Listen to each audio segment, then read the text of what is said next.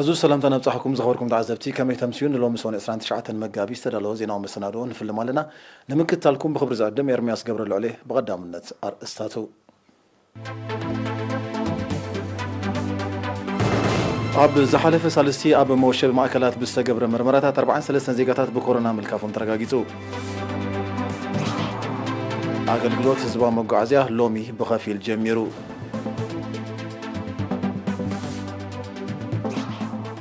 ኣብ ኑዘባ ማይመና ልምዓት ጀራዲን ዘታብዕ ምዕባለ የርእሎ ኣብ መትረብ ስዌዝ ተሸኺላ ዝቐነት ዓባይ ናይ ጽዕነት መርከብ ወፂያ ጉዕዞኣ ከም ዝቐጸለት ተሓቢሩ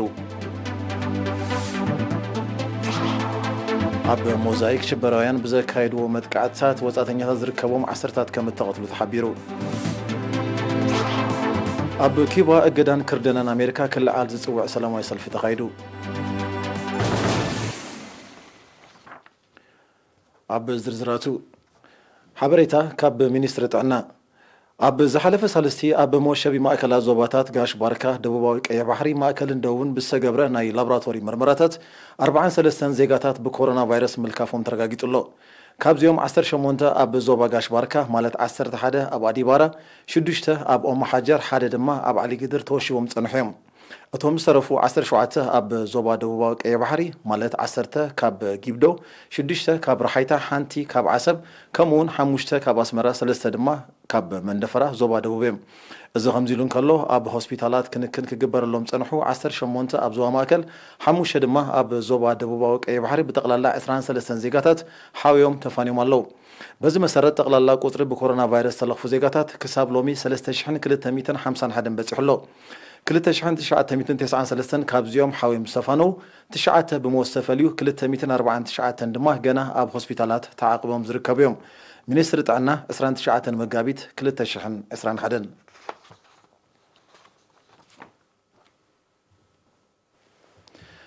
ሚኒስትሪ ትምህርቲ ብሰንኪ ስጋት ለበዳ ኮሮና ቫይረስ ተወንዚፉ ጸንሐ አገልግሎት ትምህርቲ ዝመጽእ ሐሙስ ሓደ ሚያዝያ ኣብ መላ ሃገር ዳግም ከም ዝጅመር ምሕባሩ ዝፍለጥ እዩ ምዝብ ዝተኣሰር አገልግሎት ህዝባዊ መጓዓዝያ ሎሚ ብኸፊል ጀሚሩሎ ብዛዕባ እዚ ዝተዳለወ ጸብጸብ ኣሎ ሚካኤል ሓድጉ ከቕርቦ እዩ ለበዳ ኮሮና ቫይረስ ብዝፈጠሮ ስጋት ካብ 2020 ተዋሪጹ ጸንሐ አገልግሎት ህዝባዊ መጓዓዝያ ሎሚ ሶኒ 29 መጋቢት ብኸፊል ጀሚሩ እዚ ኣብ አገልግሎት መጓዓዝያ ውሽጢ ከተማን ናብ ካልኦት ዝተመርጻ ከተማታትን ዓድታትን ተገይሩ ዘሎ ፍሉይ ፍታሕ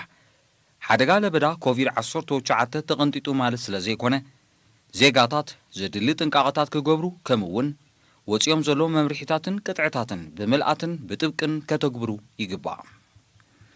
ብሰንኪ ኣብ ትግባር ናይቶም መምርሒታትን ቅጥዕታትን ዝረአ ሸለልትነት ምስ ፍሕፋሕ ናይቲ ሕማም ምስ ዝኽሰት እቲ ተገይሩ ዘሎ ፍታሕ ንድሕሪት ክምለስ ስለ ዝኽእል ዝምልከቶም አካላት ውን ጥቦ ምቁጻርን ምክትታልን ክገብሩ ኣለዎም እዚ ከምዚ ኢሉ እንከሎ ምስ ዳግመ ምጅማር አገልግሎት ትምህርቲ ተርእዮ ብስሒ ብሽክለታታት ኣብ ጎደናታት ክህሉ ስለ ዝኽእል ሓደጋታት ንምውጋድ ኩሉ ሕግታት ትራፊክ ብምልኣት ክትግበርን ቁፅፅር ክግበረሉን ሚኒስትሪ ትምህርቲ ምትሕስሳቡ ዝዝከር እዩ ሚኒስትሪ ትምህርቲ ብተወሳኺ ምስቲ ብሓደ ሚያዝያ ኣብ መላእ ሃገር ዳግም ዝጅምር አገልግሎት ትምህርቲ ተማሃሮ መምሃራን ወለድን ካልኦት አካላትን ብሚኒስትሪ ጥዕና ንዝወፁ መምርሒታትን ቅጥዕታትን ምክልኻል ኮቪድ-19 ብዕቱብን ብጥብቅን ክኽተልዎምን ከተግብርዎምን ምትሕሳቡ ይፍለጥ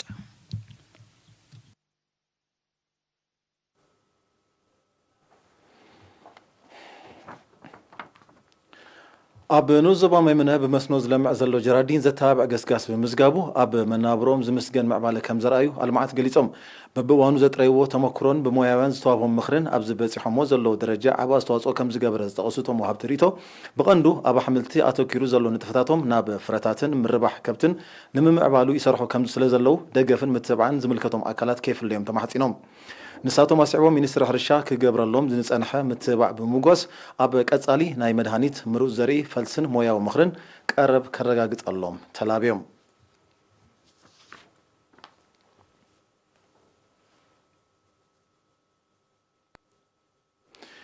ነበርቲ ዓዲ ጻዕዲ ንዞባ መንደፈራ ብፍግረ መሬት ዝተባሕጎገ መሬት ምጽጋንን ማይ ኩዕታት ምፍዋስን ዘጠቃልል ወፍራታት ልምዓት ይሰላስሉ ኣለዉ ብመሰረት ሓበሬታ ኣማሕዳሪ መምሕዳር ከባቢ ዓዲ ቀመነ ኣቶ ሳሙኤል አብርሃ እቲ ከባቢ ኣቐዲሙ ግቡእ ናይ ምዕቃብ ማይን ሓመድን ንጥፈታት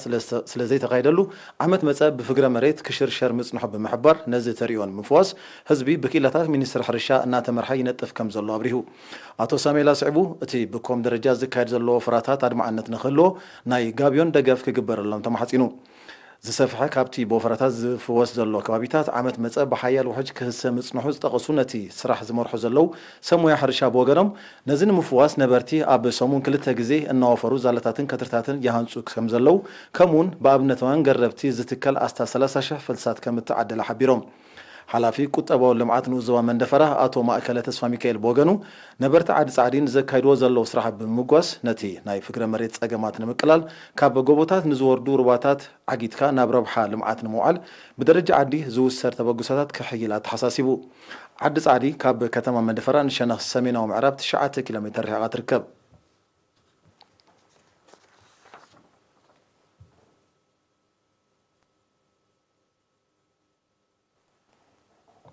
ሃገራዊ ማሕበር ኣእምሮውን ምዕባላውን ስንኩላን ኤርትራ ካብ ኣብ ወጻኢ ካብ ዘለዉ ቅዱሳት ኤርትራውያንን ሃገራውያን ማሕበራትን ዓይነታዊ ሓገዝ ረኺቡ እቲ ሓገዝ ኣብ ሽወደን ዝርከባ ቅዱሳት ኣባላት ሃማደን ህግደፍን ኣብ ጀርመን ዝርከቡ ኣባላት ጉጅለ ሓደ ልቢ ከምኡውን ኣብ ሆላንድ ትርከብ ዜጋ ዘበርከትዎ እዩ ብዘይካዚ ኣብ ኣሜሪካ ዝነብሩ ገበርቲ ሰናይ ዜጋታት ንኣባላት ናይቲ ማሕበር ዘገልግላ 7 ዓረብያ ስንኩላን ልኢኾም ኣብ ሃገራዊ ማሕበር ኣእምሮውን ምዕባላውን ስንኩላን ኤርትራ ሓላፊት ውዳበን ምክትታል ዞባታትን ወይዘሮ ይብራ አለም ያዕብዮ ነዚ ምቕሉል ኣበርክቶ ንዝገበሩ ቅዱሳት ወገናት ድሕሪ ምስጋን ምንባይ ስንኩላን ንመንግስቲ ጥራይ ዝግደፍ ስለዘይኮነ ካልኦቱን ነቲ ሰናይ ተግባር ክስዕቦ ተላብያ ቅድሚ 10 ዓመት ዝተመስረተ ሃገራዊ ማሕበር ኣእምሮውን ምዕባላውን ስንኩላን ኤርትራ ኣስታ 3,000 ኣባላት ዘለዎ ኮይኑ ኣብ 6 ዞባታትን 44 ንኡሳን ዞባታትን ይነጥፍ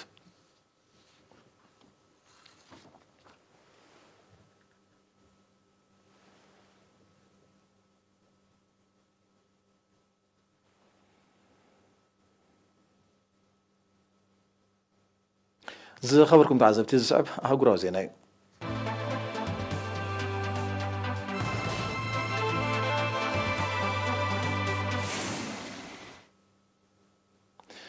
ኣብ መትረብ ስዌዝ ተሸኺላ ዝቐነየት ዓባይ ናይ ጽዕነት መርከብ ሎሚ 29 መጋቢት ኣብ ሰዓታት ድሕሪ ቀትሪ ሙሉእ ብምሉእ ተገላጊላ ጉዕዞኣ ከም ዝቐጽለት ተሓቢሩ በዚ ድማ ንኣስታት ሓደ ሰሙን መሰናኽል ኣጋጢሞ ጸንሐ ካብን ናብን ቀያሕ ባሕርን ማእከላይ ባሕርን ዝካየድ ንግዳዊ ምንቅስቓስ ናብ ንቡር ከም እተመልሰ ይጋወሕ ኣሎ ብሰንኪቲ ናይ ምሽካል ሓደጋ መዓልታዊ ብገምጋም ናይ ልዕሊ 9 ቢልዮን ዶላር ንግዳዊ ምንቅስቓስ ተዓጊቱ ከም ዝቐነየ ጸብጸባት ጠቕሱ እታ 400 ሜትሮ ዝቑመታን 200,000 ቶን እትስከምን መርከብ ኣብ መትረብ ስዌዝ ብጎኒ ካብ እትሽከር 367 ናይ ጽዕነት መራኽብ ካብ ጉዕዞን ከም እተሰናኸላ እቶም ጸብጸባት ብተወሳኺ ይገልጹ ብገምጋም 12 ሚእታዊት ናይ ዓለማዊ ማያዊ ንግዳዊ ንጥፈታት ብመትረብ ስዌዝ ከም ዝሓልፍ እዩ ዝሕበር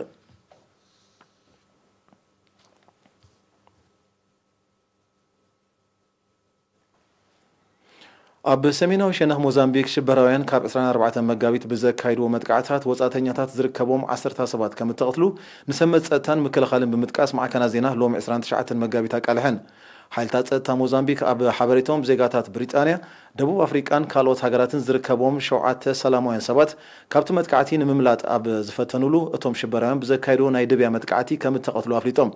እንተኾነ ግን በቲ መጥቃዕቲ ናይ ዝሞቱ ዝቆሰሉን ዝተመዛበሉን ቁጽሪ ብልክዕ ንምርጋጽ ከም ዘይተኻለዮም እቶም ሰብ መዚ ዝገልጹ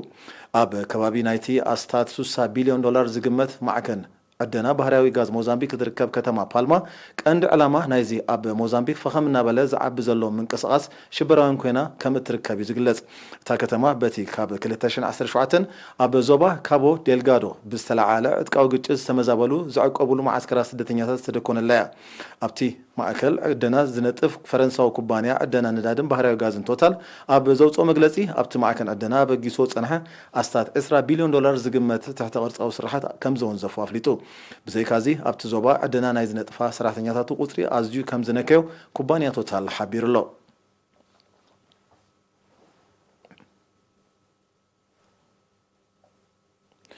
سوس عمتات أوصيرو زلو أجدان كردنان أمريكا قبل على كيبا كل عاد زوع سفح سلام ويسلفي تمال إسران شمون تمجابيت أب كتما هافانا تخيدو ኣብ ከባቢ ኤምባሲ ኣሜሪካ ኣብ ኪባ ዝተኣኻኸቡ ሰልፈኛታት ኣንጻር ትእገዳን ክርደናን ዘቐንዐ ጭርሖ ከም ዘስምዑ ተገሊጹ ምምሕዳር ፕሬዚደንት ባይደን ነቲ ምምሕዳር ፕሬዚደንት ዶናልድ ትራምፕ ኣብ ልዕሊ ኪባ ጸኒዑ ዘሎ እገዳን ክርደናን ንምትራር ዝወሰዶ ስጉምቲ ክቕልብሶ ዝጽውዑ ሰላማዊ ሰልፈኛታት እቲ በብእዋኑ ክውሰድ ጸንሐ ስጉምታት ኣብ ልዕሊ ህዝቢ ኪባ ዘስዓቦ ሃስያ ከቢድ ምዃኑ ኣፍሊጦም ኣብቲ ሰላማዊ ሰልፊ ዝተሳተፈ ሚኒስተር ጉዳያት ወጻኢ ኪባ ብሩኖ ሮድሪገዝ ኣብ ዘስምዖ መደረ ኣብ ልዕሊ ኪባ ተነቢሩ ዘሎ ዘይፍትሓውን ዘይሕጋውን እገዳን ክርደናን ከብቃዕ ፀዊዑ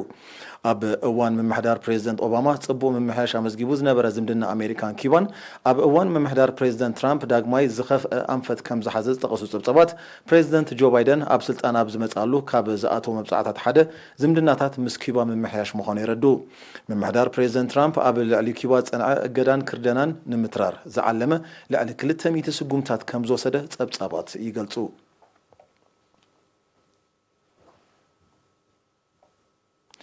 ሰራዊት ቬኔዙዌላ አንጻርቶም ምስ ኮሎምቢያ ኣብ ዘዳወብ ከባቢታት ዝንቀሳቐሱ ዕጡቓት ጉጅለታት ዝቐንዐ ሰፊሕ ስርሕታት የካየድ ከም ዘሎ ሚኒስትሪ ምክልኻል ናይቲ ሃገር ሓቢሩ በቲ ካብ ዝሓለፈ ሰሙን ዝካየድ ዘሎ ስርሒት ኣብ ልዕልቶም ዕጡቓት ከቢድ ሰብኣውን ንዋታውን ክሳርታት ከም ዝወረደ እቲ ሚኒስትሪ ብተወሳኺ ኣፍሊጡ ብዘይካዚ ኣብቲ ስርሒት 6 ኣባላት ሰራዊት ቬኔዙዌላ ከም እተቐትሉ እቲ ሓበሬታ ረዲኡ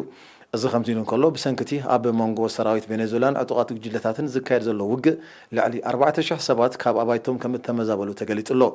ዝበዝሑ ካብቶም ተመዛበልቲ ናብ ጎረቤት ሃገር ኮሎምቢያ ይሃድሙ ምህላዎም ተፈሊጡ እቲ ውግእ ይቕጽል ብምህላው ኩለ መዳዊ ክሳራታት ክዛየድ ከም ዝኽእል ነቲ ኩነታት ብቐረባ ዝከታተሉ ወገናት ይእምቱ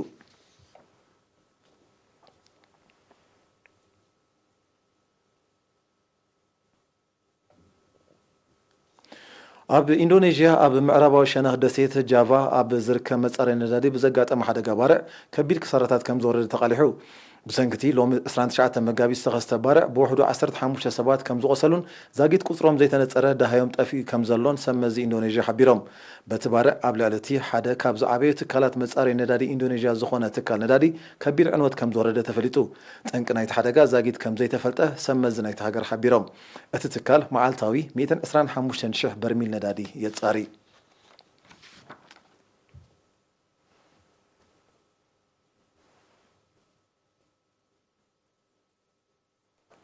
ኣብ መወዳእታ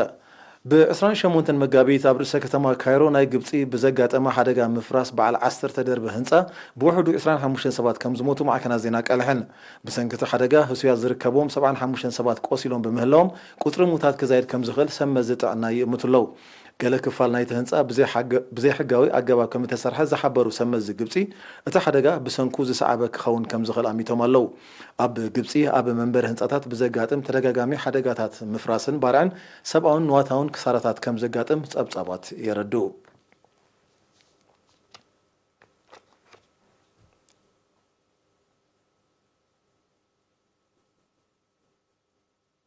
ዝኸበርኩም ተዓዘብቲ ዜና ኣብዚ ፍጸም ብሩህ ምሸት